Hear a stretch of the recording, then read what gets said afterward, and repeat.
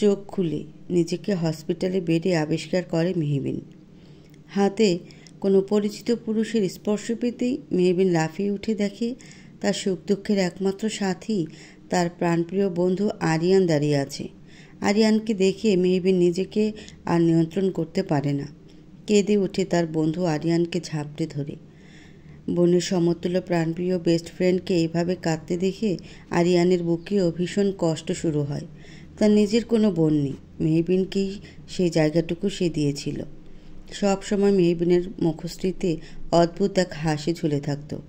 আজ সেই মুখশ্রীতে কান্নার আভাস, যা সহজে মেনে নিতে পারছে না আরিয়ান।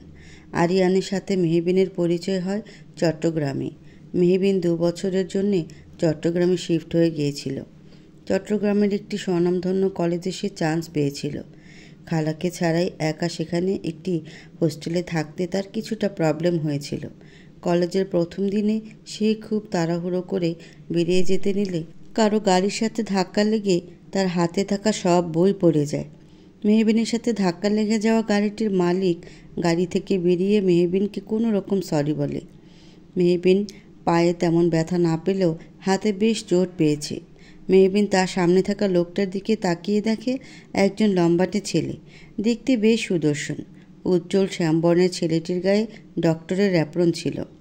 গলায় ঝুলছিল একটি মেডিকেল কলেজের আইডি কার্ড। দেখে মনে হচ্ছিল মেডিকেলের স্টুডেন্ট। মেহবিন কিছু বলবে তার আগে ছেলেটি তাকে থামিয়ে দিয়ে বলে, হ্যালো, আমি আরিয়ান হাসান তালুকদার। আপনি আমাকে বকাবকি দেওয়া শুরু করবেন, তার আগে আমার ইন্ট্রোটা দিয়ে নিই। আমি আমাদের কলেজের ক্রাশ বয়। জানেন, মেয়েরা ঘন ঘন ক্রাশ খায়। আমি আবার বকা খেতে অভ্যস্ত নই, তাই আমাকে বকা দিবেন না। ভুল মানুষ মাত্রই হয়। আফটারঅল আমিও মানুষ, বুঝেছেন নাকি ব্যাপারটা? আচ্ছা, যাই হোক, আপনি উঠুন। আরিয়ান মেহবিনের দিকে হাত বাড়িয়ে দিল। মেহবিন থ মেরে রইল। ছেলেটাকে তাকে কিছু বলার সুযোগই দিল না, তার আগেই নিজের রেডিও শুরু করে দিল। মেহবিন আরিয়ানের হাত ঝাঁটি মেরে সরিয়ে দিয়ে নিজে উঠে দাঁড়িয়ে বলল, নো থ্যাঙ্কস। মেহবিন ব্যাগটা নিয়ে উল্টো পথে হাঁটা ধরলে পেছন থেকে আরিয়ান মেহবিনের কাছে এসে বলে, এই যে ম্যাডাম, রেগে গেলেন তো হেরে গেলেন। Don't be panicked. দেখুন, এমনিতেও আপনার জন্য আজকে আমার বড্ড লেট হয়ে গেছে, তার মধ্যে আপনি আমাকে আরও লেট করিয়ে দিচ্ছেন। সরুন বলছি। Little miss, don't be hyper. আপনাকে দেখেই মনে হচ্ছে আপনি নতুন এসেছেন চট্টগ্রামে, কাউকে তেমন একটা চিনেনও না। আচ্ছা, নো প্রবলেম। আপনি আমার গাড়িতে উঠুন, আমি আপনাকে পৌঁছে দিব। মেহবিন নরম সুরে বলে, আমি অপরিচিত কারো গাড়িতে উঠি না। আরিয়ান হেসে বলে, লিটল সিস, জন্মের পর থেকে আমাদের আশেপাশে মানুষগুলোও কিন্তু আমাদের কাছে কিছুটা অপরিচিত ছিল। তারপর আস্তে ধীরে তারা আমাদের আপনজন হয়ে ওঠে। আমরা কেউ আগে থেকে পরিচিত থাকি না। অপরিচিত মানুষেরাই একসময় পরম পরিচিত হয়ে ওঠে।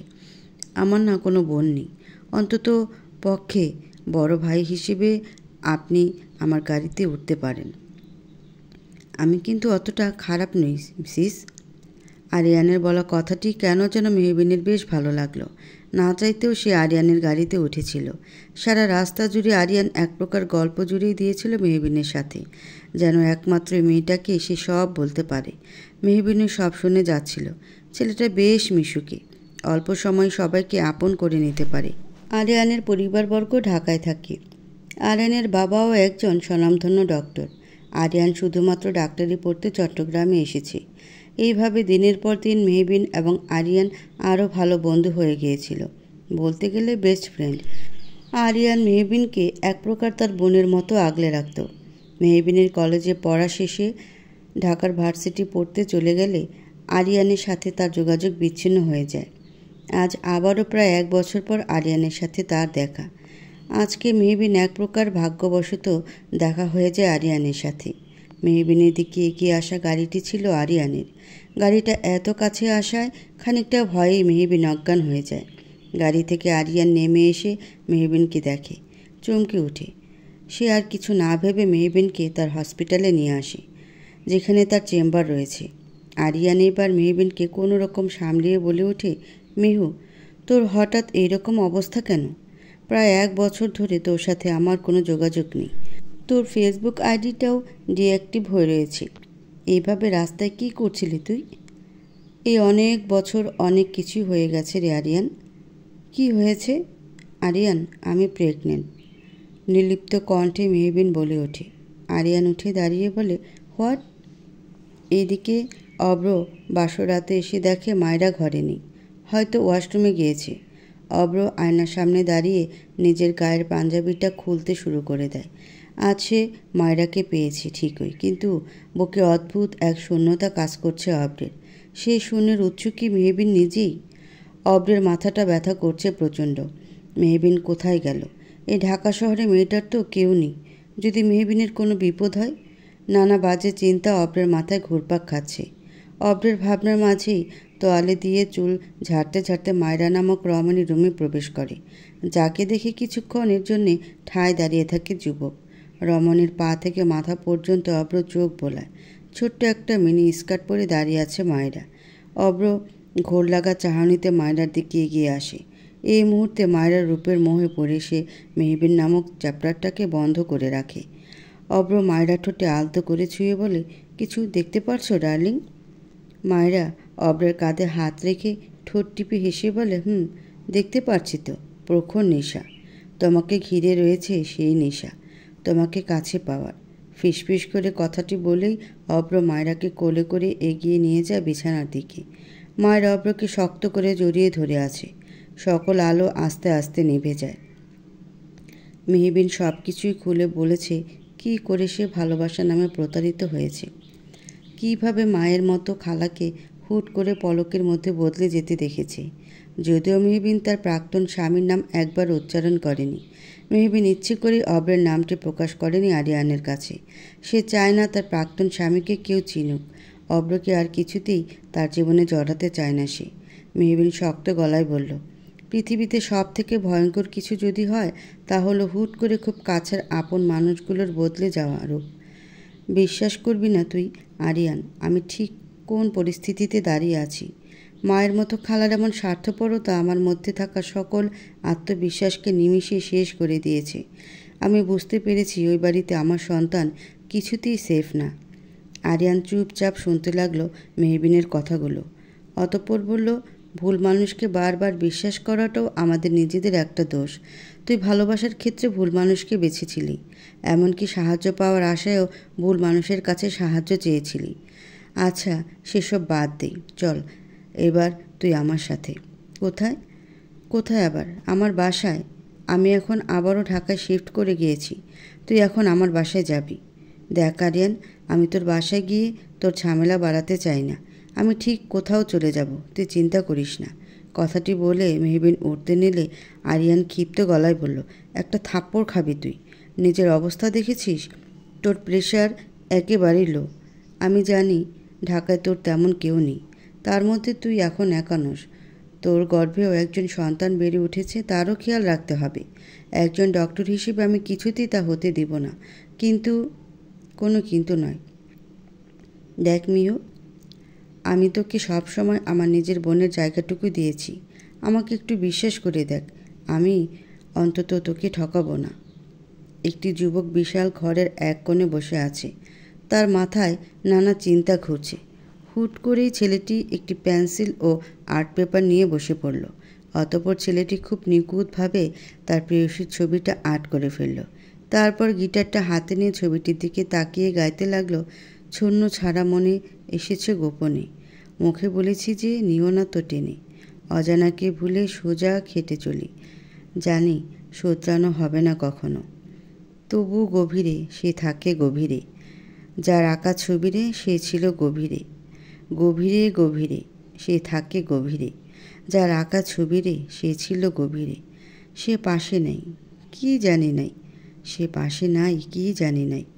ছেলেটির গানের মধ্যে অদ্ভুত ভালোবাসা ছিল তার প্রেয়সীর জন্যে। হ্যাঁ, তার ভালোবাসাটা অদ্ভুতই বটে। হঠাৎ গানটি থামিয়ে দিয়ে নিজের আঁকা ছবিটাতে হাত বুলিয়ে বলল, হাজারো জনের ভিড়েও তোমাকে আমি ঠিক খুঁজে বের করব। তোমাকে জীবনের শেষ নিঃশ্বাস পর্যন্ত খুঁজে বেড়াবো। তোমাকে যে অনেক কিছু বলার আছে প্রেয়সী, ভালোবাসি। ছেলেটির কথার মাঝেই তার ফোনে টুংটাং শব্দ শুরু হলো। ছেলেটি ফোনটা হাতে নিয়ে এমন কিছু দেখল যা দেখে ছেলেটির মুখে অজান্তেই হাসি ফুটে উঠল। বিশাল বড় দোতলা বিশিষ্ট ডুপ্লেক্স বাড়ির সামনে আরিয়ান তার গাড়িটি রাখে। গাড়ি থেকে প্রথমে আরিয়ান, তারপর মেহবিন নামে। বাড়িটা দেখে বেশ বিলাসবহুল মনে হচ্ছে। বাড়ির সামনে বড় বড় করে লেখা তালুকদার বাড়ি। আরিয়ানের জেদের সাথে এক প্রকার না পেরে মেহবিন আসতে বাধ্য হয়েছে, যদিও মেহবিন ঠিক করেছে সকাল হলেই সে চলে যাবে। বাড়ির ভিতরে ঢুকতেই আরিয়ানদের বাড়ির পুরনো কাজের মহিলা রাহেলা হন্তদন্ত হয়ে প্রবেশ করে বলে, আরিয়ান ভাইজান আইসেন? এখানে তো মেলা কাণ্ড ঘটছে। আম্মাজান আবারও ওই ডাইনি রিনারে লইয়া ওই দিকের মাজারের পীরের কাছে গেছে পানি পড়া আনতে। বড় ভাইজানের নাকি ওইসব পানি পড়া দিয়া দেশে ফিরাইয়া আনব। আরিয়ানের মাথায় হাত। তার মায়ের এসব নিত্য নতুন কাহিনী সে আর নিতে পারছে না। মেহবিনের মাথার উপর দিয়ে সব যাচ্ছে, যা ভালো করে টের পাচ্ছে আরিয়ান।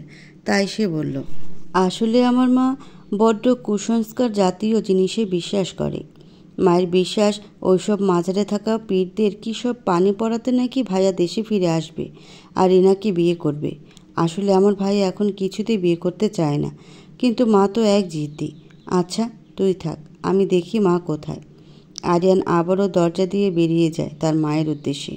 মেহবিনের কাছে অল্প অল্প স্পষ্ট হলেও কিছু কিছু বিষয় তার মাথার উপর দিয়ে যাচ্ছে। থাক, আরিয়ান ফিরলে না হয় জেনে নেবে। মেহবিন ড্রয়িং রুমে প্রবেশ করতে তার চোখ পড়ে যায় ছবির বিশাল ফ্রেমে থাকা এক যুবকের দিকে। ফর্মাল ড্রেসে দাঁড়িয়ে আছে, ঠোঁটে হাসি ঝুলিয়ে, যাকে বলে আলতো হাসি। আরিয়ানের মতো বেশ লম্বাটে ছেলে। দেখিয়ে বোঝা যাচ্ছে ছেলেটি তার ফিটনেস নিয়ে যথেষ্ট সচেতন। হলুদ ফর্সা গরনের মুখে হালকা চাপদারি বিরাজমান। প্রখর দৃষ্টিতে তাকিয়ে আছে আনমনে কারো দিকে। সেই দৃষ্টিতে ছিল অত্যন্ত মুগ্ধকর। কারো চাহনিতে বুঝি এতটা মুগ্ধতা থাকে, জানে না মেহবিন। কিন্তু যুবকটি কার দিকে এত মুগ্ধ চাহনিতে তাকিয়ে আছে? মনে এক প্রশ্ন জাগল মেহবিনের। মেহবিনকে এভাবে তাকিয়ে থাকতে দেখে রাহেলা বেগম এসে বললেন, আফা, আপনি এত কী দেখতেছেন? ছবিতে আঁকা ছেলেটি কে? ও, উনি হইল আমাগো বড় ভাইজান, যারে লয়ে এত কাণ্ড।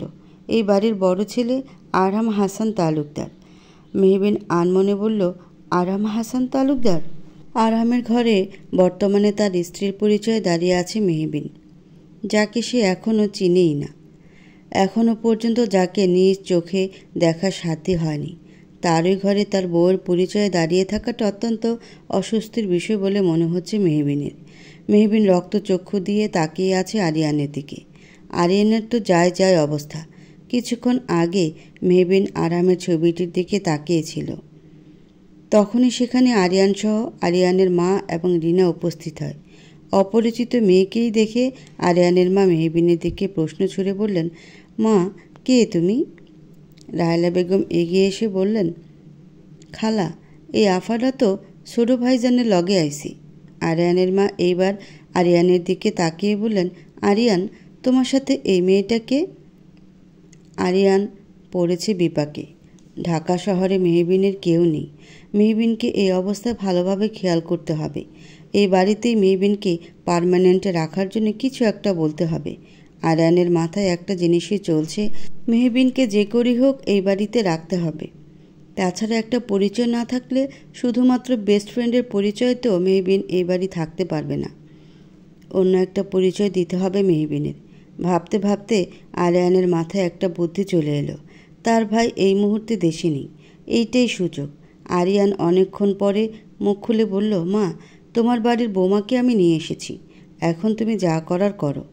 আরিয়ানের এই রকম বিস্ফোরক মন্তব্যে সবাই কিছুক্ষণ স্থির হয়ে যায়। আরিয়ানের মা বলে উঠলেন, বৌমা মানে? আরিয়ান, তুই এই মেয়েটাকে বিয়ে করেছিস? আরিয়ান দ্রুত পায়ে তার মার কাছে এগিয়ে এসে বলে, মা, তুমিও না?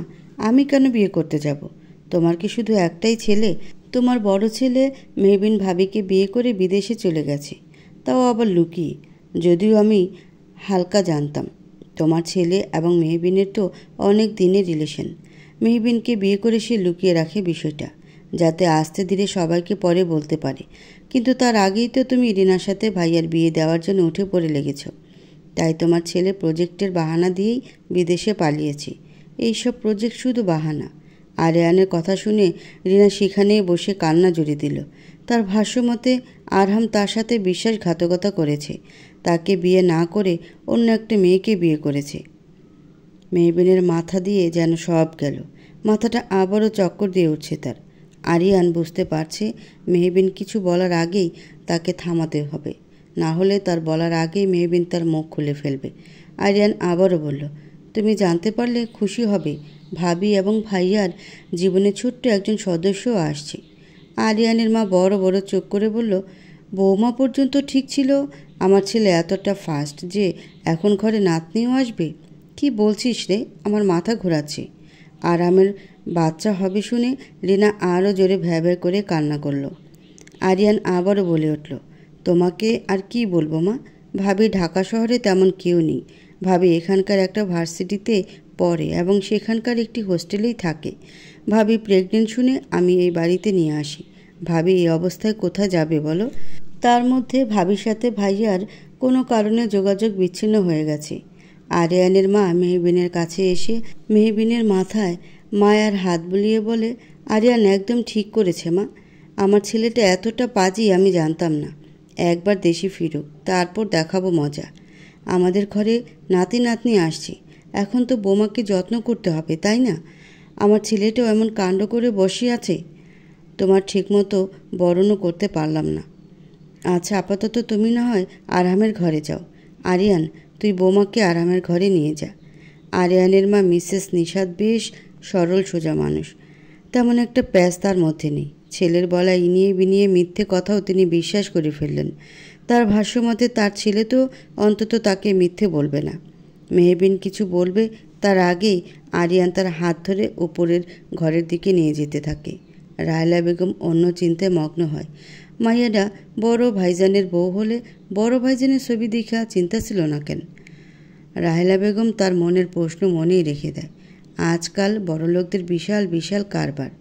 বর্তমানে আরিয়ান শুকনো ঢোক গেলে বলল, দেখ বোন, এইভাবে তাকিয়ে থাকিস না, আমার ভয় লাগে। বেশি ভয় লাগলে মইরা যাইতে পারি, তারপর তুই দেবরসারা হয়ে যাবি। মেহবিন উঠে দাঁড়িয়ে আরিয়ানের পিঠে কিল ঘুষি দিতে থাকে। আরিয়ান ব্যথায় মৃদু চিৎকার করে বলে, মারছিস কেন? মেরে ফেলবি নাকি? তোকে মেরে ফেলাই উচিত। তুই নিচে এইসব কি বললি? যাকে আমি কখনো দেখিনি তার বউ আমাকে বানিয়ে ফেললি। তোর কি মাথা আদৌ ঠিক আছে? আরিয়ান মেহবিনের হাত ধরে খাটে বসিয়ে বলে, আগে তুই শান্ত হ আমার বাপ প্লিজ। দেখ, ভাইয়া এখন দেশে নেই। ভাই কমপক্ষে 1 মাস আগে দেশে ফিরছে না। তাই ভাইয়ার বউয়ের পরিচয়ে তুই ততদিন এই বাড়িতে থাক। এই কয়দিনে না হয় তুই ভার্সিটির পাশে একটা ছোট জবও নিয়ে নিলি, তারপর নিজের পায়ে দাঁড়িয়ে তুই না হয় চলে যাস। দেখ বোন, এখন তোর এই বাড়িতে থাকা অনেকটা জরুরি। তুই এখন একা না, তোর গর্ভে সন্তানও রয়েছে, তার নিরাপত্তাও তো একটা ব্যাপার আছে, তাই না? তাই বলে এইভাবে মিথ্যের আশ্রয় নেওয়াটা ঠিক হচ্ছে? তার মধ্যে তুই নিচে বললি আমি নাকি তোর ভাইয়ের সন্তানের মা হতে চলেছি। তোর ভাই জানতে পারলে কি হবে? কিচ্ছু হবে না, ভাই জানতেও পারবে না। মাকে আমি নিচে ভালোভাবে বুঝিয়ে দিয়ে এসেছি, যেন ভাই আসার আগে এই বিষয়ে ভাইকে যেন কিচ্ছু না বলে। ততদিনে তুইও একটা জব পেয়ে সেটেল হয়ে যাবি। সব থেকে বড় কথা, এতে ভাইয়ারও লাভ হবে। রিনা মায়ের বান্ধবীর মেয়ে। মেয়েটা একদমই ভালো না। মেয়েটার অনেকগুলো ছেলের সাথে রিলেশন। আমার মা বেশি সরল সোজা মানুষ, তাই আমার মাকে পটিয়ে রিনার মা আমার ভাইয়ার সাথে রিয়াকে বিয়ে দিতে চায়।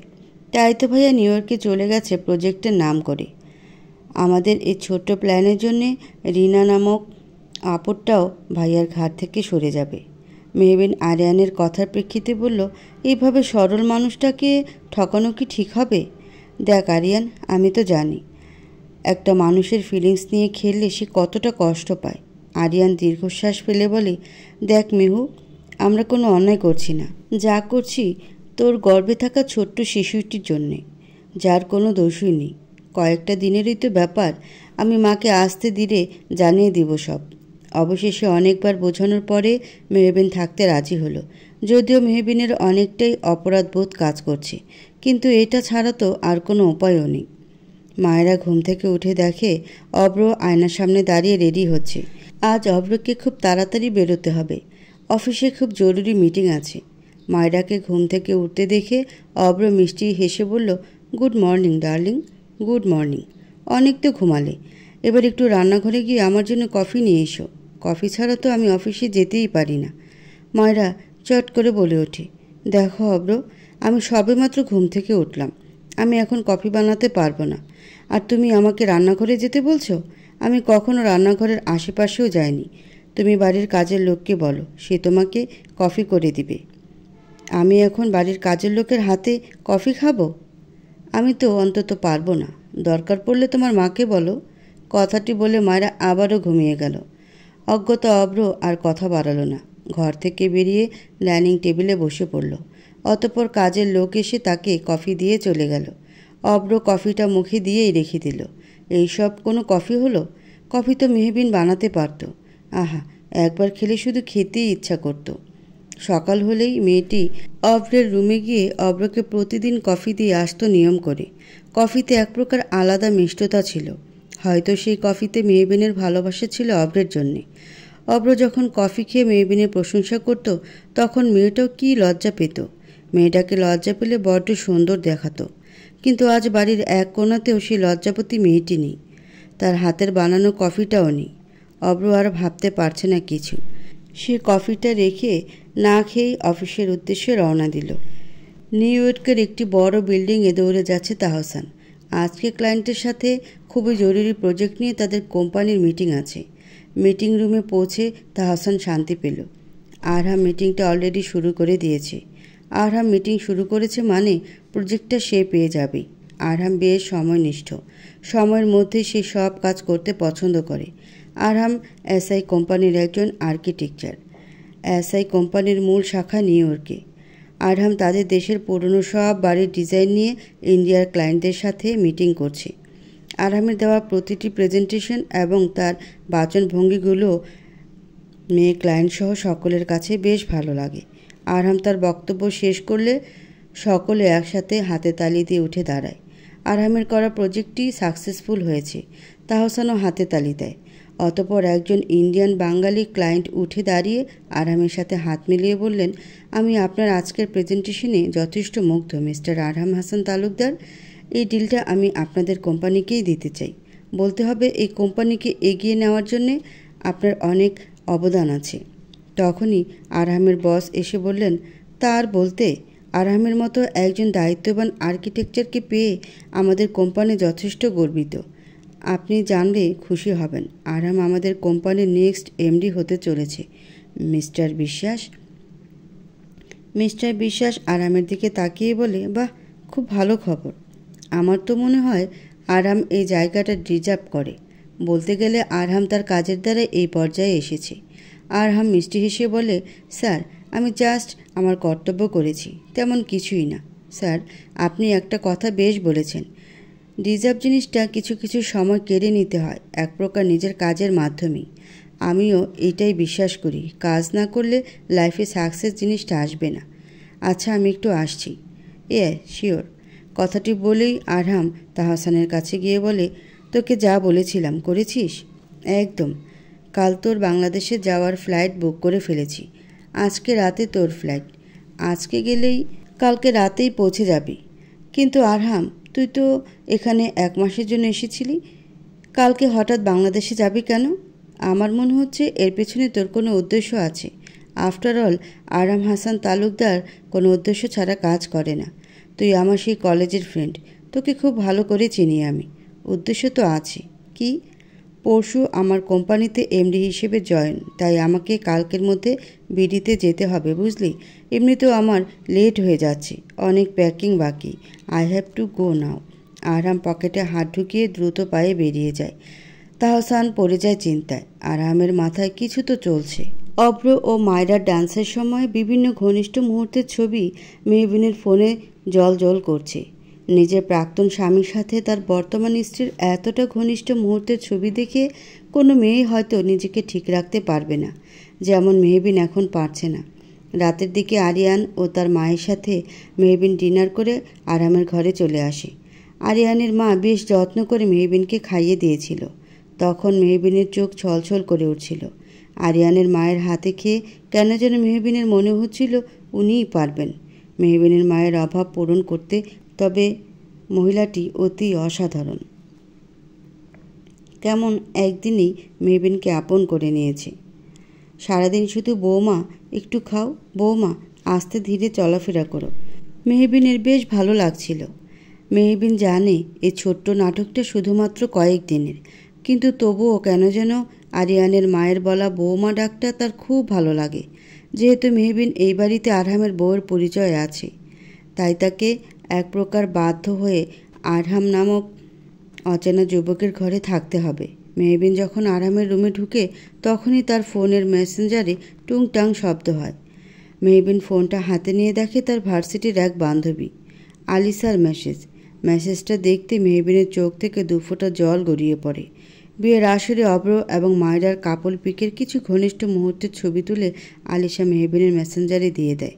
মেহবিন জানে তার কষ্টগুলোকে আরও বাড়িয়ে দিতেই এইসব ছবি তাকে পাঠানো হয়েছে। আসলে আজকাল বন্ধুগুলো বেশ স্বার্থপর হয়ে উঠেছে। বন্ধু নামক কিছু শত্রু তারা। মেহবিনের এই কষ্টের সময় তার কষ্টকে যেন আরও বাড়িয়ে পৈশাচিক আনন্দ পায় তার কিছু নামধারী বন্ধুগণ। বন্ধু নামক কিছু শত্রু সঠিক সময় ঠিকই আমাদের পেছন দিয়ে আঘাত করে তাদের আসল চেহারা দেখিয়ে দেয়। মেহবিন নিজেকে শক্ত করে নেয়। না, সব বন্ধু বান্ধব নামধারী নয়। এই দুনিয়াতে আজও আরিয়ানের মতো কিছু বন্ধু রয়েছে যারা তাদের বন্ধু সুখের সময় পাশে না থাকলেও দুঃখের সময় ঠিকই ছায়ার মতো পাশে থাকে। কথাটি ভেবে মেহবিন আলিশা নামক মেয়েটিকে ব্লক করে দেয়। এইসব বন্ধুদের কোনো জায়গা নেই তার জীবনে। সাথে সাথে দ্রুত তার ফেসবুক অ্যাকাউন্টটিও ডিঅ্যাক্টিভ করে দেয়। মেহবিন আনমনে বলে ওঠে, যেখানে নিজের ভালোবাসার মানুষটাই ঠকায় সেখানে বন্ধু বান্ধব মজা তো নিবেই। মুখোশের আড়ালে থাকা আমাদের অনেক বন্ধু শুধু সঠিক সময়ের অপেক্ষা করে। সেই সময়টুকু চলে এলে তারা তাদের মুখোশ উন্মোচন করে ফেলে, যেমন আজ আলিশা করল। অব্র এখনও অফিসে বসে ফোনের দিকে নিষ্পলকভাবে তাকিয়ে আছে। মেহবিনের কোনো খবর পাচ্ছে না সে। মেয়েটা কোথায় গেল তা নিয়েও যথেষ্ট চিন্তিত অব্র, যদিও এই চিন্তার কারণ অব্র নিজেও জানে না। ফেসবুকে হঠাৎ মেহবিনকে অ্যাক্টিভ থাকতে দেখে এক টুকরো আশার আলো খুঁজে পায় সে, কিন্তু তাও বেশিক্ষণ স্থির থাকে না তার। অ্যাক্টিভ হওয়ার কিছুক্ষণ পরে মেহবিন তার ফেসবুক অ্যাকাউন্ট ডিঅ্যাক্টিভ করে দেয়।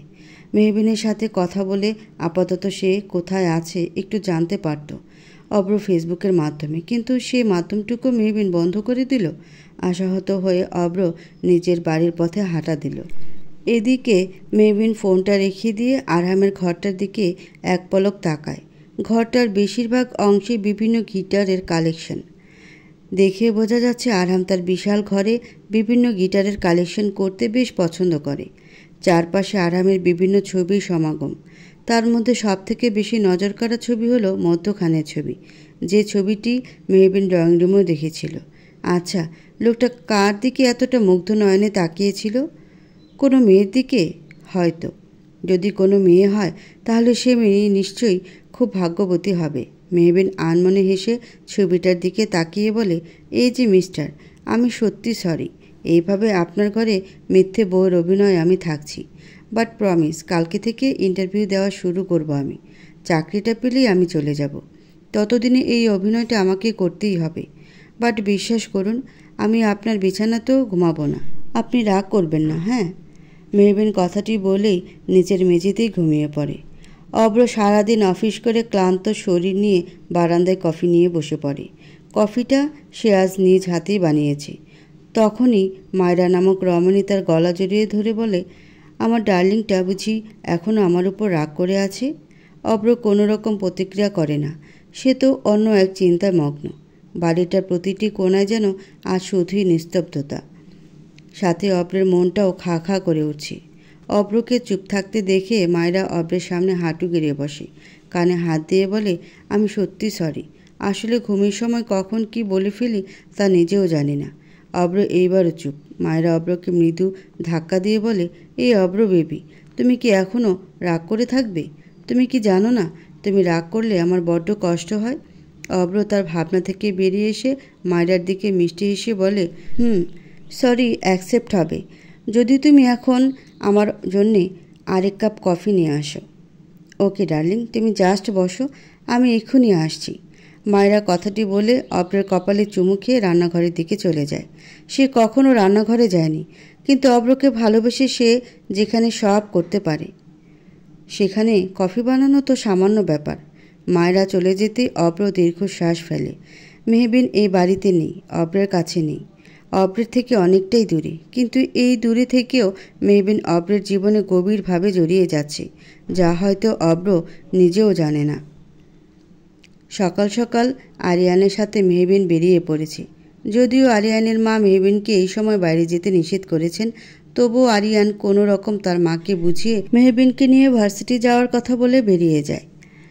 মেহবিনের প্রেগনেন্সির এখন 2 মাস চলে। সে অনুসারে মেহবিন এখন নর্মালভাবে চলাফেরা করতে পারবে। মেহবিন সিদ্ধান্ত নিয়েছে সে ভার্সিটির পাশে একটি ছোট্টখাটো জব নিয়ে নিজের পায়ে দাঁড়াবে, যেন আরিয়ানের বাড়িতে মিথ্যে বলে আশ্রয় নিয়ে না থাকতে হয়। আরিয়ানও এই ব্যাপারে মেহবিনকে যথেষ্ট সাপোর্ট করেছে। আরিয়ান আজ ঠিক করেছে সে আজ নিজে মেহবিনকে সব জায়গায় ইন্টারভিউ দিতে নিয়ে যাবে। তাই সে হসপিটাল থেকে ছুটি নিয়েছে। মেহবিনের এই অবস্থায় একা যাওয়াটা বেশ রিস্কি। যদিও মেহবিন বারবার মানা করেছে, কে শুনে কার কথা। আরিয়ান যা ঠিক করেছে সে তাই করবে। যদিও মেহবিন এই বিষয়ে বেশ গর্বিত, আরিয়ানের মতো এরকম একটা ভাই সমতুল্য বন্ধু পেয়ে। আজ সবাই তার থেকে মুখ ফিরিয়ে নিলেও আরিয়ান তাকে নিজের বোনের মতো আগলে রেখেছে। এয়ারপোর্টে লাগেজ হাতে নিয়ে বেরিয়ে আসে আরহাম। নিজের দেশের মাটিতে পা দেওয়াতে এক প্রকার শান্তি রয়েছে, যা অন্য কোনো দেশে পাওয়া যায় না। আরহাম ঘড়ির দিকে তাকিয়ে দেখে প্রায় রাত 9টা বাজে। আরহাম আজকে দেশে ফিরেছে, তা বাড়ির কেউই জানে না। আরহামের ধারণা মতে আরিয়ান নিশ্চয়ই এখনও হসপিটালে আছে। আরহামের মা ও এই সময় তার বান্ধবীদের বাড়িতে থাকে। তার মধ্যে আরহামের বাবাও এখন চিটাগাং গিয়েছে তার কনফারেন্সের জন্যে। এইটাই সুযোগ। এই সুযোগে আরহাম তার ঘরে গিয়ে তার বাড়ির লোকদের চমকে দিবে। কথাটি ভেবে আরহাম মুচকি হেসে নিজের গাড়ি করে বেরিয়ে যায় এয়ারপোর্ট থেকে। আরহাম আগে থেকে তার ড্রাইভারকে বলে তার গাড়ি আনিয়ে রেখেছিল গোপনে। রাহেলা বেগম ঘরের এক কোণে বসে টিভি ছেড়ে নাটক দেখতে ব্যস্ত। বাড়িতে এখন কেউ নেই। এটাই সুযোগ। কলিং বেল বেজে উঠতেই রাহেলা বিরক্তি নিয়ে উঠে দাঁড়ায়। তার টিভি দেখার স্বাদ গেল। এই সময় আবার কে এলো? কথাটা ভাবতে ভাবতে রাহেলা দরজা খুলে হা হয়ে দাঁড়িয়ে যায়। সে অস্পষ্ট সুরে বলে ওঠে, বড় ভাইজান আপনি? আরহাম লাগেজটা নিয়ে ভিতরে ঢুকতে ঢুকতে বলে, কেন, আমাকে এই সময় আশা করেনি বুঝি? ভাইজান আপনি হুঠাৎ আইলেন যে, আপনি তাইলে কী সব খবর পাইয়া গেছেন? আরহাম বিরক্তি নিয়ে বলে, কিসের খবর খালা, ভালো করে বলো। আসলে হয়েছে কি, অনেক বড় কাণ্ড ঘটেছে। রাহেলার কথার মাঝেই আরহাম বলল, আচ্ছা খালা, আপাতত আমি এখন শুনতে চাই না। আমার প্রচণ্ড টায়ার্ড লাগছে। একটা হট শাওয়ার নিয়ে নিলে আমার মাথা ব্যথা যাবে না। তুমি বরং আমার জন্য গ্রিন টি নিয়ে এসো, ওকে? কথাটি বলেই আরহাম নিজের ঘরের দিকে চলে যায়। রাহেলা পড়ে যায় চিন্তায়। তার বড় ভাইজানের বউ এসেছে, অথচ তাকে বলার সুযোগটুকু সে পেল না। রাহেলার ভাবনার মাঝেই সেখানে মেহবিন ও আরিয়ান উপস্থিত হয়। সব জায়গায় ইন্টারভিউ দিতে দিতে বেশ রাত হয়ে গেছে তাদের। মেহবিনকে দেখে রাহেলা বলে ওঠে, বড় ভাবি আইসেননি? আরিয়ান এবার মেহবিনের দিকে তাকিয়ে বলল, মেহু, ও আই মিন ভাবি, তুমি বরং ঘরে গিয়ে ফ্রেশ হয়ে এসো। সকলের সামনে আরিয়ান মেহবিনকে তুমিও বলে ভাবিও বলে সম্বোধন করে। মেহবিন সম্মতি জানিয়ে আরামের ঘরের দিকে যায়। আরিয়ান নিজের ঘরে চলে যায়। রাহেলা চুপ থাকে। বড় ভাইজান কাউকে কিছু না বলে এসেছে, তার মানে হয়তো বাড়ির লোককে চমকে দিতে চায়। বড় ভাবি ভাইজানের ঘরে গেলে হয়তো ভাবিও চমকে যাবে। তাই রাহেলা আরহামের বাড়িতে আসার বিষয়টি লুকিয়ে যায়। এদিকে আরহাম নিজের ঘরে ঢুকেই লাগেজটা পাশে রেখে ওয়াশরুমে চলে যায়। আরহাম প্রচণ্ড টায়ার্ড। আরহাম ওয়াশরুমে ঢুকে দরজা বন্ধ করে দেয়। অতঃপর সেখানে মেহবিন চলে আসে। সারাদিন এখানে সেখানে ইন্টারভিউ দিতে দিতে সেও আজ বড্ড টায়ার্ড। সে ব্যাগটা বিছানায় রেখে আয়নার সামনে দাঁড়িয়ে নিজের মাথার হিজাবটা খুলতে শুরু করে দেয়। কোনো রকম তোয়ালা পেঁচিয়ে আরহাম ওয়াশরুম থেকে বেরিয়ে নিজের ঘরে অপরিচিত মেয়েকে দেখে চমকে ওঠে। খালি গায়ে একটি পুরুষকে হঠাৎ বেরোতে দেখে মেহবিন চিৎকার করে ওঠে। মেহবিনের এমন চিৎকারে আরহাম ভরকে ওঠে। আরহাম ধরা গলায় বলল, এই মেয়ে, কে আপনি? আমার ঘরে দাঁড়িয়ে আছেন কেন? চিৎকার থামান। যেহেতু মেহবিন আরহামের ছবি অনেকবারই দেখেছে, তাই সে দ্রুততার সাথে চিনে ফেলল আরহামকে। তার ঘরে হুট করে আগত হওয়া ব্যক্তিটি আর কেউ নয়, আরিয়ানের ভাই আরহাম হাসান তালুকদার, যার মিথ্যে বউয়ের পরিচয়ে সে এখানে আছে। মেহবিনের ভয়ে গলা শুকিয়ে আসছে। আরিয়ানের কথা অনুযায়ী লোকটার তো 1 মাস পরে আসার কথা। লোকটা আজকে কেন এলো? নানা প্রশ্ন মেহবিনের মাথায় ঘুরপাক খাচ্ছে। আরহাম এবার মেহবিনের দিকে এগিয়ে এসে বাজ খাই গলায় বলল, এই মেয়ে, আপনি কি আমার কথা শুনতে পান না? বোবা নাকি? কানে শুনতে পান না? আপনার পরিচয়টা কি জানতে পারি? মেহবিন এক পলক আরহামের দিকে হাত দিয়ে নিজের চোখ জোড়া বন্ধ করে ফেলে। তার কেমন যেন লজ্জা পাচ্ছে। আরহামের চুল থেকে টুপ টুপ পানি গড়িয়ে পড়ছে তার ফর্সা ঠুঠুম দেহিতে, যা খুব স্পষ্টভাবে দেখা যাচ্ছে। এইভাবে একটি ছেলেকে খালি গায়ে দেখে মেহবিনের বেশ লজ্জা লাগছে। আরহাম ভ্রু কুঁচকে বলল, এই মেয়ে, চোখ বন্ধ করলেন কেন? Open your eyes. আগে আমার প্রশ্নের উত্তর দিন বলছি। মেহবিন নিজের আখিজোড়া বন্ধ করেই বলল, আমি কি আপনার মতো বেশরম নাকি? কিভাবে একটা অপরিচিত মেয়ের সামনে খালি গায়ে দাঁড়িয়ে আছেন? এই মেয়ে, আপনি কাকে বেশরম বলছেন? How dare you bitch! আপনি প্রথমত আমার বেডরুমে এসে আমারই ঘরে নক না করে বেশরমের মতো দাঁড়িয়ে আছেন, আর আমাকে বেশরম বলছেন? আরহাম মেহবিনের চোখ থেকে হাত সরিয়ে প্রশ্ন করে বলে, আমার দিকে তাকান এবং বলুন কে আপনি? আপনার আসল পরিচয় কি? আমি ভুল না হলে আপনি কোনো মেয়েরূপী চোর নয় তো? মেহবিনের এবার ধৈর্যের বাঁধ ভেঙে যাচ্ছে। তাকে শেষমেশ এই বেশরম লোকটা চোর উপাধি দিয়ে দিল। মেহবিনের বর্তমানে সব থেকে বেশি রাগ উঠছে আরিয়ানের উপর। আরিয়ান আর কাউকে পেল না, এরকম বেশরম একটা লোকের মিথ্যে বউ তাকে বানিয়ে দিল। আরহাম এবার মেহবিনের হাত ধরে নিজের কাছে এনে, hey stupid girl, answer me dammit. Mehbin আর কিছু না ভেবে আরহামের হাতে কামড় বসিয়ে দেয়। আরহাম ব্যথায় আওয়াজ করে উঠলে মেহবিন দৌড়ে রুম থেকে বেরিয়ে যায়। আরহাম রাগে চিল্লিয়ে বলে, স্টুপিড গার্ল।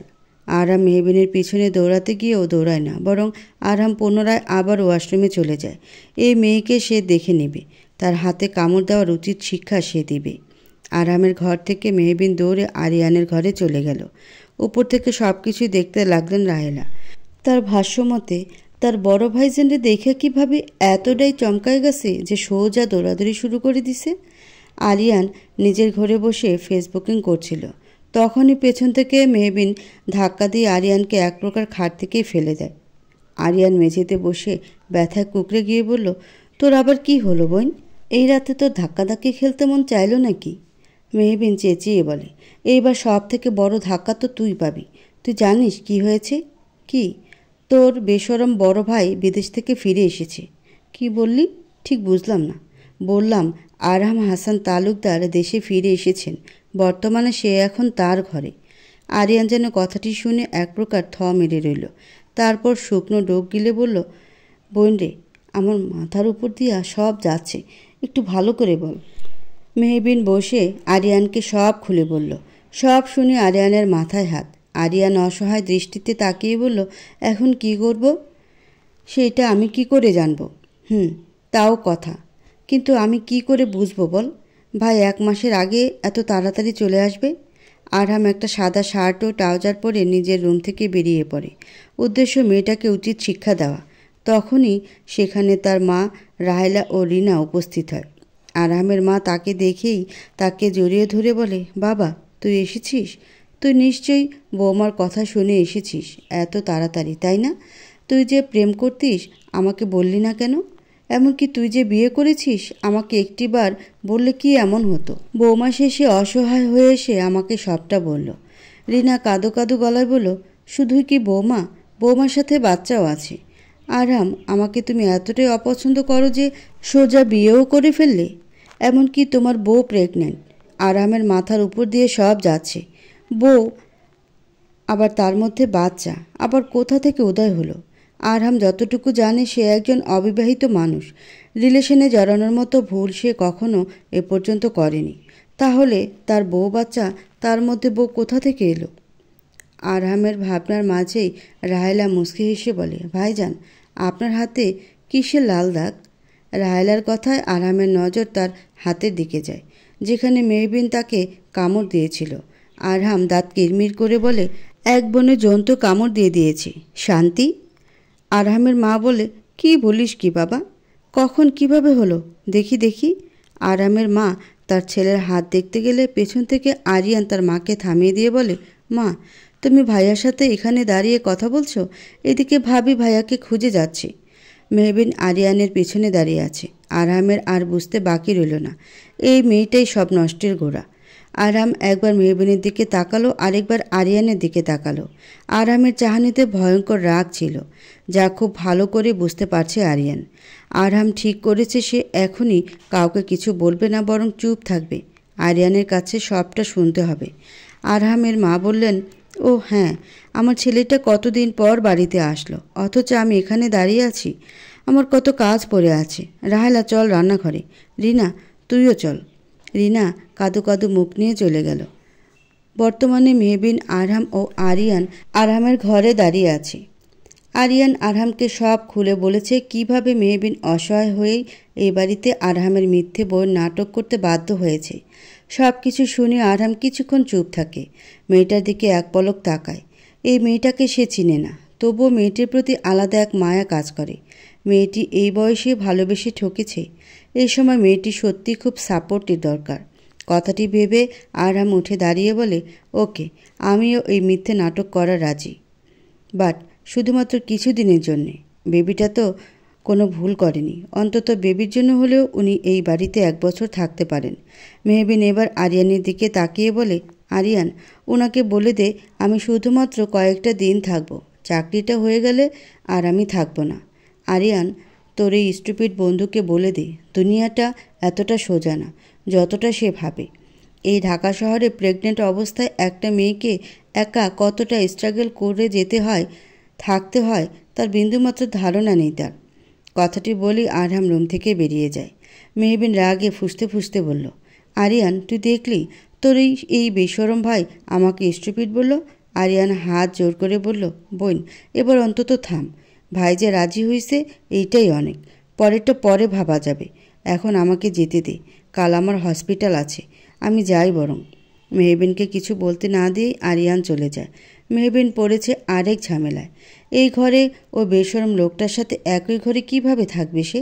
মেহবিনের ভাবনার মাঝে আরাম ঘরে একটি ছোট্ট বেডশিট নিয়ে আসে। তারপর স্টোর রুম থেকে ছোট্ট একটি খাট নিয়ে এসে ঘরটায় সেট করে দেয়। মেহবিন তাকিয়ে তাকিয়ে শুধু দেখছে। আরহাম বলল, তুমি আমার থেকে বয়সে ছোট, তাই তুমি বলে সম্বোধন করলাম। তুমি আমার বেডে ঘুমাতে পারো, আমি এই ছোট বেডে ঘুমিয়ে পড়ব। অ্যান্ড ডোন্ট ওয়ারি, আমাদের রাতের দরজা খোলা থাকবে। আমি অতটাও খারাপ নেই, এই সময় একটি মেয়ের সুযোগ নেব। আরামের কথা শুনে নিজের অজান্তে মেহবিন খানিকটা শান্তি পায়। লোকটাও আরিয়ানের মতো ভালো, হয়তো মেহবিনের এই দুঃখের কথা শুনেই তাকে আশ্রয়টুকু দিয়েছে তার রুমে। মেহবিন মনে মনে সিদ্ধান্ত নিল সে খুব দ্রুতই চলে যাবে এই বাড়ি থেকে। আরহাম মেহবিনের সামনে তুড়ি বাজায়। মেহবিন চমকে ওঠে। এই মেয়ে, সারাদিন এত কী ভাবো? আমার একটা নাম আছে। ও হ্যাঁ, এরভিন না কী নাম যেন? আমার নাম মেহবিন। মুখ বেঁকিয়ে বলল মেহবিন। আরহাম ডোন্ট কেয়ার ভাব নিয়ে বলল, সে যাই হোক, আমার কোনো ইন্টারেস্ট নেই। আর শোনো, এই আরহাম হাসান তালুকদার কারোর সাথে নিজের রুম শেয়ার করে না। আমি জাস্ট তোমার বেবির জন্য স্যাক্রিফাইস করছি, অন্য কিছু না, ওকে?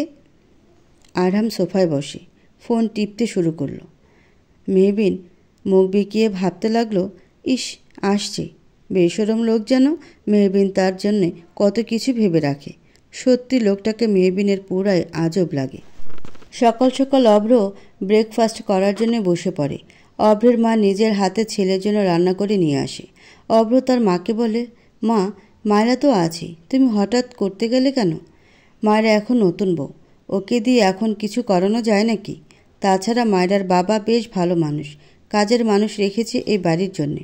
অভ্র আর কিছু না ভেবে পুনরায় ব্রেকফাস্ট খাওয়ায় মনোযোগ দিল। মায়েরা ছোট্ট একটা স্কার্ট পরে অভ্রের কাছে এসে বলল, অভ্র, আমি রেডি, তুমি আমাকে ভার্সিটিতে নিয়ে যাবে না?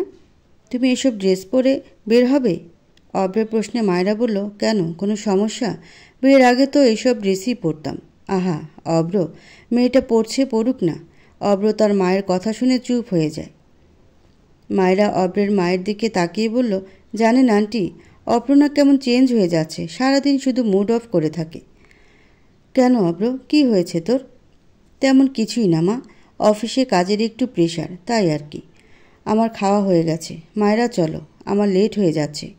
অব্র কথাটি বলে নিজের গাড়ির দিকে অগ্রসর হয়। মায়েরা অব্রের পেছন পেছন যাওয়া শুরু করে দেয়। অব্রের মা পড়ে যায় চিন্তায়। ছেলের মতিগতি ঠিক লাগছে না। তিনি কিছুটা হলেও আন্দাজ করতে পারছেন ছেলের মনে কি চলছে। যদি তার আন্দাজ ঠিক হয় তাহলে সর্বনাশ।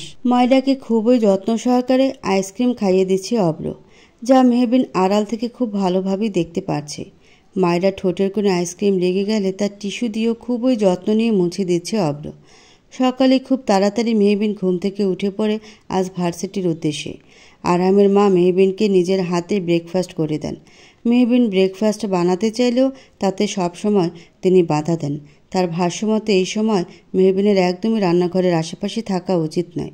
মেহবিন মাঝে মাঝে মনে হয় উনি কতটা ভালো মানুষ। উনি যখন সত্যিটা জানবে তখনই কি মেহবিনকে এইভাবে ভালোবাসবে, নাকি মিথ্যে বলার অপরাধে মেহবিনকে ঘৃণা করবে।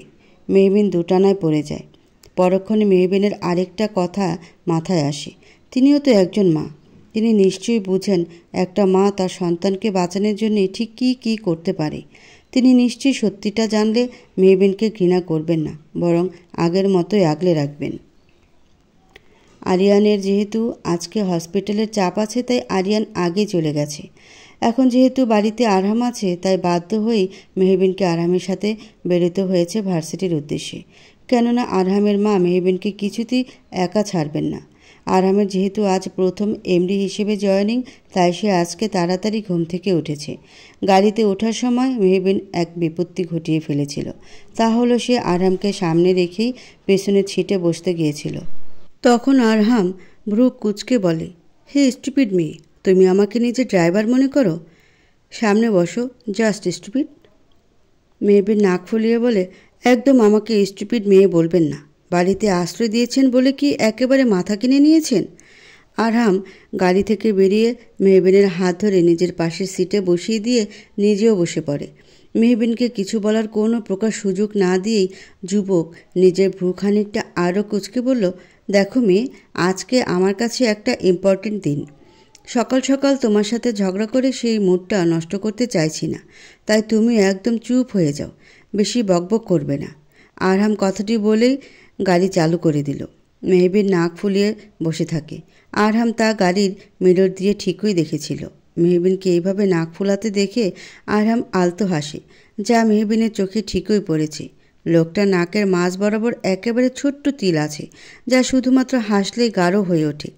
আরহামকে তখন আরও ভালো লাগে দেখতে। মেহবিন মুখ ঘুরিয়ে বিড়বিড় করে আরহামকে বকতে লাগলো। ভার্সিটির কাছে আসতেই মেহবিন দ্রুত নেমে যাওয়ার কারণে মেহবিন একটু হলেও পড়ে যেত, কিন্তু আরহাম দ্রুত মেহবিনের হাত ধরে ফেলে। আরহাম তখন রাগান্বিত সুরে বলে, এই মেয়ে, দেখে শুনে চলতে পারো না? একটুর জন্যই হলেই তো পড়ে যেতে। মেহবিন বিড়বিড় করে বলে, এই লোকটার মুখ এত তেতো কেন? সারাদিন শুধু বকে। এই মেয়ে, কি এত বিড়বিড় করছো? কিছু না। দেখে শুনে চলাফেরা করবে, স্টুপিড মেয়ে একটা।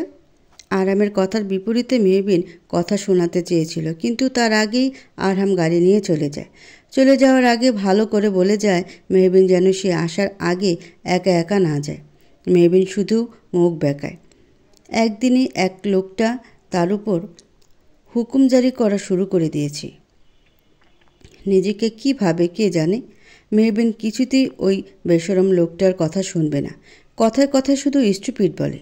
কথাটি ভেবে মেহবিন ভার্সিটিতে পা রাখতে গেলেই তার চোখে পড়ে যায় অব্র ও মায়রার সেই আইসক্রিম খাওয়ার দৃশ্য। মায়রা বিদেশ থেকে এসে মেহবিনের ভার্সিটিতেই ভর্তি হয়। মেহবিনের 2 ব্যাচ সিনিয়র মায়রা। আজকে মায়রা অব্রের সাথে ভার্সিটিতে আসার সময় মায়রা অব্রের কাছে আবদার করে বসে সে আজকে আইসক্রিম খাবে। যদিও অব্রের কোনো ইচ্ছে ছিল না, তবুও মায়রার জন্য ভার্সিটির পাশে একটি আইসক্রিম পার্লারে মায়রাকে নিয়ে গিয়ে নিজের হাতে আইসক্রিম খাইয়ে দেয়। মায়রার বান্ধবীরা তো এই দৃশ্য দেখে হাসতে হাসতে বলে, সত্যি যাই বলিস, আমাদের মায়রা ভাগ্য করে এমন বর পেয়েছে। আমাদের অব্র ভাইয়া কত ভালোবাসে মায়রাকে। হায়, তাদের এই ভালোবাসায় যেন কারো নজর না লাগে। মায়রা লজ্জা পায় তাদের কথা শুনে। অব্র চুপ থাকে। কোথাও না কোথাও এই সব কিছুর সাথেই মেহবিন জড়িয়ে আছে। অব্রের মধ্যে একটা তুমিহীনা নামক শূন্যতা কাজ করছে। কই, তার ভালোবাসা মায়েরা তো তার খুব কাছেই আছে, তবুও কেন এত শূন্যতা কাজ করছে তার? মেহবিনের এই দৃশ্য দেখে পুরনো স্মৃতি মনে পড়ে যায়। অব্র ভ্যানিলা আইসক্রিম খুব পছন্দ করত, তাই মেহবিন ইউটিউব দেখে ভ্যানিলা আইসক্রিম বানানো শিখে নিয়েছিল। অব্রকে সে নিজ হাতে আইসক্রিম খাইয়ে দিত। তখন অব্রেরও বাচ্চাদের মতো মুখে আইসক্রিম লেগে থাকতো। তখন মেহবিন হাসতে হাসতে অব্রের মুখে লেগে থাকা আইসক্রিম খুব যত্নের সাথে মুছে দিত। আচ্ছা, অব্রেরও কি এইসব স্মৃতি মনে পড়ে? হয়তো একটুও না, মেহবিন মনে মনে বলে। আর কতভাবে আমাকে তোমার দহনে পোড়াবে অব্র, আর কতবার আমাকে শাস্তি দিবে। তোমার দেওয়া শাস্তিগুলো যে আমি আর সহ্য করতে পারছি না। আমিও যে দিন শেষে মানুষ, তোমাকে ভালোবাসার অপরাধে এই শাস্তিগুলো যে আমি নিতে পারছি না। মেহবিন ডুকরে কেঁদে ওঠে। পরক্ষণে সে তার সন্তানের কথা ভেবে নিজেকে সামলিয়ে নেয়। সে আপন মনে বিড়বিড় করে বলে, এই যে আমার বেবি, তুমি কিন্তু একদম ভাববে না তোমার মা দুর্বল। সে সকল অবস্থায় নিজেকে শক্ত রাখবে, অন্তত তোমার জন্য হলেও। মেহবিন কথাটি বলেই উল্টো রাস্তায় হাঁটা ধরে। আজকে সে ঠিক করেছে আজকে কিছুক্ষণ হাঁটবে। আজ আর সে ক্লাস করবে না। প্রেগনেন্ট অবস্থায় হাঁটাহাঁটি করলে তার এবং বেবির দুজনেরই ভালো হবে।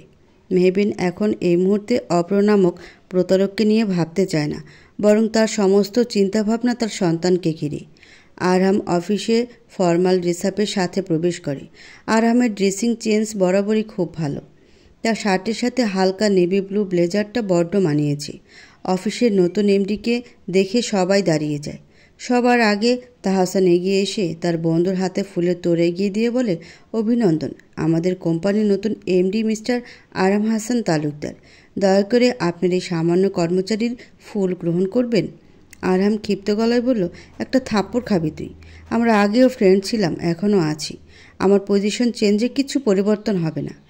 আই এম জাস্ট কিডিং আরহাম, তুই এত সিরিয়াসনেস কেন? এই ফুল নে আর আমাকে ধন্য কর। আরহাম মুচকি হেসে ফুলের তোড়াটা হাতে নেয়। মেহবিন হাঁটতে হাঁটতে আরও অনেকগুলো অফিসে গেল ইন্টারভিউর জন্য অ্যাপ্লাই করতে। প্রায় সন্ধ্যা হয়ে গেছে। এর মাঝে আরিয়ান ফোন করেছিল। মেহবিন আরিয়ানকে ভরসা দিয়ে বলেছে সে ঠিক সময় বাসায় পৌঁছে যাবে। মেহবিন বাসে উঠে বসে। বাসে তেমন সিট নেই। মেহবিন পিছনের দিকে গিয়ে একটা সিটে বসে পড়ে। সেখানে কতজন বয়স্ক লোক বসেছিল। সে বিভিন্নভাবে মেহবিনের দিকে কুনজর দিচ্ছিল, যা মেহবিন খুব ভালো করে বুঝতে পেরেছিল। যেহেতু লোকটা মেহবিনের পাশে বসেছিল, সুতরাং মেহবিনের অস্বস্তি অনেকটাই প্রখর হয়ে উঠেছিল। তখনই সেখানে পুরুষ কণ্ঠে কেউ বলে, এক্সকিউজ মি মিস্টার বুড়ো আঙ্কেল, আপনার সিট সামনে অথচ আপনি পিছনে বসে আছেন। কাইন্ডলি আপনি সামনে যাবেন। পরিচিত কণ্ঠ শুনে মেহবিন তাকিয়ে দেখে আরহাম নিজের ব্লেজারটা কাঁধে ঝুলিয়ে বসে দাঁড়িয়ে আছে তীক্ষ্ণ দৃষ্টি নিয়ে। দেখেই বোঝা যাচ্ছে সে কিছুটা ক্লান্ত, তার সাথে কিছুটা রেগেও আছে, কিন্তু ঠিক কার উপর রেগে আছে তা বোঝা যাচ্ছে না। মেহবিনের উপর নাকি বয়স্ক লোকটার উপর। বয়স্ক লোকটা মিকে হাসি দিয়ে বলে, না বাবা, আমার সমস্যা নেই, আমি এখানেই ঠিক আছি। আরহাম দাঁত কিরমির করে। বয়স্ক লোকটার দিকে ঝুঁকে বলে, তার সমস্যা হবে কিন্তু। যুবতী মেয়ে পাশে থাকলে সমস্যা তো থাকবেই না। কবরে এক পা গেছে, তাও মেয়েদের দিকে বাজে নজরে তাকাতে লজ্জা করে না? আপনাদের মতো কিছু মানুষের জন্য আজ মেয়েরা কোথাও একটু স্বাধীনভাবে চলাফেরা করতে পারে না। আপনার পাশে বসে থাকা মেয়েটিও কিন্তু সম্পূর্ণ বোরখা পরে বসে আছে। তবুও বোরখা পরেও আপনার বাজে নজর থেকে সে নিজেকে হেফাজত করতে পারছে না। আপনারা ঠিক কবে ভালো হবেন? Speak out. শেষের কথাগুলো আরহাম কিছুটা চিৎকার নিয়েই বলে, যার কারণে বয়স্ক লোকটি এক প্রকার লজ্জা নিয়েই বাস থেকে নেমে যায়। আরহাম রাগ করতে করতে মেহবিনের পাশে বসে বলে, কালকে রাতে তোমার ঢাকায় একা থাকার ব্যাপারে কেন মানা করেছিলাম জানো? কেননা আমাদের দেশটি এমন হয়ে গেছে, এখানে বয়স্ক লোকদের কাছেও মেয়েরা নিরাপদ নয়। সারাক্ষণ শুধু মেয়েদের উপর বাজে নজর। মেহবিন চুপ হয়ে যায়। তার এই রকম অভিজ্ঞতা রয়েছে। অন্তত আশিক নামক ভয়ঙ্কর পুরুষের থেকে সে এইটুকু অভিজ্ঞতা অর্জন করেছে। আজকে সত্যি আরহাম সঠিক সময়ে এসে মেহবিনকে এক প্রকার বাঁচিয়ে দিয়েছে। আরহামের জন্য মেহবিনের মনে শ্রদ্ধা জায়গা করে নিল। মেহবিন এক পলক আরহামের দিকে তাকায়। কানে হেডফোন লাগিয়ে সে গান শুনতে ব্যস্ত, হয়তো নিজের রাগটুকু দমন করার প্রচেষ্টা। মেহবিন পরম নিশ্চিন্ত হয়ে ঘুমিয়ে পড়ে। বাসে এলেই তার ঘুম পায়। মেহবিন এইটুকু জানে সে আরহামের কাছে নিরাপত্তেই থাকবে। গান শুনতে শুনতে আরহাম খেয়াল করে মেহবিন ঘুমাতে ঘুমাতে ঝিমোচ্ছে, যার কারণে তার মাথা বারবার জানালার কাছে বাড়ি খাচ্ছে। স্টুপিড মেয়ে একটা, ঠিক মতো ঘুমাতেও পারে না। কথাটি বলে আরহাম মেহবিনের মাথা তার কাঁধে রাখে যেন মেহবিন ব্যথা না পায়। আরহাম মেহবিনের দিকে এক পলক তাকায়। ঘুমন্ত অবস্থায় মেয়েটিকে কতটা নিষ্পাপ লাগে। আরহাম তার দৃষ্টি সরিয়ে আবারও ফোন টিপতে ব্যস্ত হয়ে পড়ে। মেহবিন ঘুমের ঘোরে আরহামের শার্ট আঁকড়ে ধরে। আরহাম তা বুঝতে পেরে মেহবিনের দিকে তাকায়। মেয়েটা কেমন যেন আষ্টে পৃষ্ঠে তার শার্টটা আঁকড়ে ধরে ঘুমাচ্ছে। আরহাম একবার ভাবছে সে কি মেহবিনকে ঘুম থেকে ডেকে তুলবে। এমনভাবে শার্টটা চেপে ধরে আছে, মনে হচ্ছে এক্ষুনি ছিঁড়ে যাবে। স্টুপিড মেয়েটা এখন জেগে থাকলে আরহাম তাকে আচ্ছা বকুনি দিত। আরহাম একবার ভাবল মেহবিনকে জাগাবে, কিন্তু না, সে তা করে না। বরং মেয়েটার ঘুমন্ত মুখের দিকে তাকিয়ে থাকে কিছুক্ষণ। মেয়েটাকে দেখেই মনে হয় কত রাত সে ঘুমায়নি। মেয়েটার চোখের নিচে কালি পড়ে গেছে, হয়তো অতিরিক্ত কান্না এবং না ঘুমানোর জন্যে। আজ যদি আরহামের সংস্পর্শে এসে একটু শান্তির ঘুম দিতে পারে, মন্দ হবে না ব্যাপারটা। আরহাম আনমনে ভাবল, আচ্ছা, ভালোবাসায় এত বেদনা থাকে কেন? বর্তমানে কিছু মানুষ ভালোবাসায় এখন সুখ খুঁজতে গিয়ে অসুখী হয়ে ওঠে। মেহবিনও তার মধ্যে একজন। ভালোবাসায় সুখ ধরা দেয় তখনই যখন সঠিক মানুষটাকে ভালোবাসা যায়। মেহবিন মেয়েটা বড্ড সরল, তাই তার ভালোবাসাকে নিয়ে খেলা করাও হয়েছে। আরহাম দীর্ঘশ্বাস ফেলে জ্যাম পড়েছে। জ্যামে বসে আছে তো আছি, নড়ার নাম নেই। ঢাকা শহর বলে কথা, জ্যাম তো সামান্য ব্যাপার। আরহামের রাগে মাথা বিগড়ে যাচ্ছে। আজ সারাদিন অফিস শেষে অফিসের বাইরে এসে গাড়ি স্টার্ট দিতে গিয়ে দেখে গাড়িটা নষ্ট হয়ে গেছে। তাই আরহাম ঠিক করেছিল বাসে করে বাসায় যাবে। বাসের ভিতরে এসে মেহবিনের সাথে দেখা হয়। বলতে গেলে আজ সঠিক সময়েই আরহাম এসেছে। আজ বোধহয় আরহামের ভাগ্যটাই খারাপ। আজকেই গাড়িটা নষ্ট হলো, তার মধ্যে জ্যামটাও ছুটছে না। এতক্ষণ বাসে বসে থাকতে থাকতে আরহামের এক প্রকার দম বন্ধ হয়ে আসছে। কিন্তু মেহবিন নামক রমণী দিব্যি এই দম বন্ধ করা পরিবেশে ঘুমিয়ে যাচ্ছে, যাকে বলে একেবারে নিশ্চিন্তের ঘুম। আরহাম বিরক্তি শব্দ মুখ থেকে বের করে বলে, এত গরমে কিভাবে ঘুমাচ্ছে? স্টুপিড মেয়েটা তরতর করে ঘামছেও, তবুও ঘুম ভাঙছে না। স্ট্রেঞ্জ। মেহবিন একটি সবুজ রঙের বোরখা পরে আছে, মাথায় হিজাব দিয়ে রেখেছে। মেহবিনের ঘামার্ত মুখশ্রীটা শুধু দেখা যাচ্ছে। আরহাম তার পকেট থেকে টিস্যু বের করে মেহবিনের কপালের ঘামটুকু মুছিয়ে দেয়। পাশের সিটে বসেছিল সদ্য বিবাহিত পুরুষ ও নারী। তাদের দেখে বোঝা যাচ্ছে তারা সমবয়সী। তাদের বয়স বলতে 24 থেকে 25 হবে।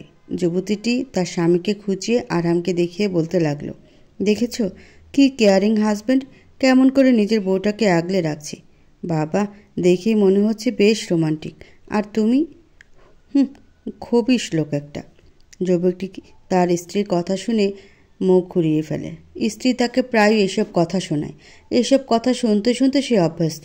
এখন তার কিছু যায় আসে না। আরহামের কানেও আসে কথাগুলো। বাড়িতে তো এই মেহবিন নামক রমণীর স্বামীর পরিচয় থাকতে হচ্ছে, এখন বাইরেও তা হচ্ছে। আরহামের এখন বড্ড চিন্তা হচ্ছে তার জীবন নিয়ে। সারা জীবন অবিবাহিত হওয়ার পণ করে এখন বিবাহিত হিসেবে নিজেকে প্রকাশ করতে হচ্ছে, তাও আবার মিথ্যে বিয়ের। কীরকম ভবিষ্যৎ হবে এই মিথ্যে বিয়ের? দীর্ঘ জ্যামের সমাপ্তি ঘটিয়ে বাস আবারও তার আপন মনে চলতে শুরু করলো। অব্র অফিসের কাজগুলো শেষ করে অফিসের সাথে অ্যাটাচ করা তার রেস্ট রুমে গিয়ে বেডে শুয়ে পড়ে। আজকাল বাড়িতে যেতে তার ইচ্ছাও করে না। কারণটা একটু একটু হলেও অব্র বুঝতে পারে। বাড়িটার প্রতিটা কোণায় মেহবিনের স্মৃতি জড়িয়ে আছে। মেয়েটা এই বিরাট ঢাকা শহরে একা একা কোথাও গেছে তা অব্র জানে না। এই 11 মাস মেহবিনের সাথে ভালোবাসার মিথ্যে অভিনয়ের পরে অব্র এইটুকু জানে তার একটি মায়া পড়ে গেছে মেহু নামক সরল সোজা রমণীটির জন্যে। অব্র উত্তেজিত গলায় বলল, একবার শুধু দেখা দে মেহু, আমি সব বলতে চাই তোকে। বিশ্বাস কর, আমি নিজেও কখনো বুঝতে পারিনি এই 11টা মাস ভালোবাসার মিথ্যে অভিনয়ের পর তোর মায়ায় নিজেকে জড়িয়ে ফেলব। এই মায়াকেই আমি কি নাম দেব বল? শুধু এইটুকু বলতে চাই, আমার যদি সাধ্যি থাকতো তাহলে করতাম না মিথ্যে অভিনয়ের ভালোবাসা। অব্র বিছানায় গা এলিয়ে দেয়। তার ফোনটা বেজে ওঠে। অব্র জানে মায়রা তাকে ফোন করছে, কিন্তু আপাতত অব্রের মায়রার সাথে কোনো প্রকার কথা বলার ইচ্ছে নেই। তাই অব্র ফোনটা কেটে দেয়। মায়েরা পুনরায় ফোন করে। অব্র বিরক্ত হয়েই ফোনটা কেটে দেয়। আজ সে বাড়িতেও যাবে না, অফিসেই কাটিয়ে দিবে রাতটা। অব্র এইভাবে ফোন কেটে দেওয়ায় মাইলা নামক রমণীর অভিমান হয় প্রচণ্ড, যাকে বেশ ভালো রকমের অভিমান বলে। আচ্ছা, তার স্বামীটা কি বোঝে না? মায়রার চিন্তা হয় তার স্বামীটার জন্যে। মায়রা অভিমানী হয়ে নিজের ঘরে গিয়ে শুয়ে পড়ে। আজকে আসুক অব্র, কথা বলবে না সে তার সাথে। এই যে স্টুপিড মেয়ে একটা, কত ঘুমাবে তুমি? বাস স্ট্যান্ডে চলে এলাম আমরা, এখনও ঘুম শেষ হয় না? ঘুম থেকে উঠো ফাস্ট। কারো কর্কশ কণ্ঠ শুনে মেহবিন ধরফর করে উঠে। মেহবিন নিজের মাথা আরামের কাঁধে থেকে তৎক্ষণাৎ সরিয়ে ফেলে রমণী। সারা রাস্তায় আরামের কাঁধে ঘুমিয়েছে সে। ভাবতে লজ্জায় মুখখানি ছেয়ে যায় রমণীর। সে তাড়াতাড়ি বাস ছেড়ে নেমে যায়। আরামের সাথে তর্কে সে জড়াতে চাইছে না আপাতত। আরামও বাসে ভাড়া মিটিয়ে নেমে যায়। বাকি রাস্তাটুকু তারা কোনো প্রকার কথা না বলে হাঁটতে হাঁটতে বাড়িতে চলে আসে। বাড়িতে আসতেই আরামের মা হাজারটা প্রশ্ন খুলে বসেন। এত দেরি কেন হলো? আরাম কিছু একটা বুঝিয়ে দিয়েছেন। আরিয়ান সিটি বাজাতে বাজাতে নিজের ঘরে হাতের ঘড়িটা খুলছিল। তখনই মেহবিন এক প্রকার রাগ দেখিয়ে আরামের ঘরে এসে তার কাঁধের ব্যাগটা ফেলে দেয়। তারপর বিছানায় রাগে ফুঁসতে থাকে। আরিয়ান মেহবিনের পাশে বসে বলল, তা আমার লিটল সিস, এত রেগে আছিস কেন? আজকের দিনটা কেমন কাটলো তোর হাব্বি থুরি নকল হাব্বির সাথে? মেহবিন আরিয়ানের গলা চেপে ধরে। আরেকটা কথা মুখ থেকে বের করেছিস তো একেবারে খুন করে ফেলবো তোকে। হাব্বির না বেটা, একটা আস্ত খপিস। জানে সারাদিন শুধু স্টুপিড বলতে থাকে। এই লোকটার সাথে থাকা যায় নাকি? আমি একদম কনফার্ম করে বলতে পারি, এই লোকটার বউ যে হবে তার জীবন একদম তেনা হয়ে যাবে। কে জানে কে সেই অভাগী? আরিয়ান মেহবিনের কথায় মুচকি হেসে বলে, হয়তো তুই সেই অভাগী। আরিয়ানের কথাতে মেহবিন তার দিকে চোখ গরম করে তাকালে আরিয়ান আমতা আমতা করে বলে, মানে আমি বলতে চাইছি যে ভাগ্যের খেলা কে বলতে পারে বল? ভাইয়াকে না করলি, কিন্তু তুই কি ভবিষ্যতে অন্য কাউকে বিয়ে করবি না? অ্যান্ড মানুষ ভুল একবারই করে। কাউকে গভীরভাবে নিজের অন্তর দিয়ে ভালোবাসাও আরেকটি ভুল। আমি এই ভুল বারবার করতে চাই না। মেহবিন কথাটি বলে জানালা ঘেঁষে দাঁড়ায়। আর কাউকে ভালোবাসার সাধ্যই তার নেই। একবার তার সন্তানটা পৃথিবীতে চলে এলে মেহবিন ও অব্রের ডিভোর্স পুরোপুরি হয়ে যাবে। একেবারের জন্যে অব্রের থেকে সে পুরোপুরি বিচ্ছিন্ন হয়ে যাবে। অব্রের কোনো ছায়া সে তার এবং তার সন্তানের জীবনে পড়তে দিবে না। সকালের কথা মনে পড়তে মেহবিনের চোখ দুটো ভরে আসে। সে যতই চাক শক্ত হতে অব্র সামনে এলে সে ঠিকই ভেঙে পড়ে। মায়েরার সাথে আজ অব্র যা যা করেছে তা তো একদিন অব্র করত মেহবিনের সাথে। সব কিছুই অভিনয়। কাঁধে কারো স্পর্শ পেতেই মেহবিন নিজের জলটুকু মুছে দেখে আরিয়ান। আরিয়ান বলল, আর যাই করিস মেহু, আমার থেকে নিজের কষ্ট লুকানোর চেষ্টা করিস না। আর কি বললি? ভালোবাসা ভুল? ভালোবাসার মতো সুন্দর অনুভূতি হয়তো আর কিছু নেই। ভুল মানুষকে ভালোবাসা ভুল। দেখবি যখন তোর লাইফে তোর প্রিন্স চার্মিন আসবে, মানে তোর সঠিক মানুষটা আসবে, তখন বুঝবি ভালোবাসাটা ঠিক কতটা সুন্দর।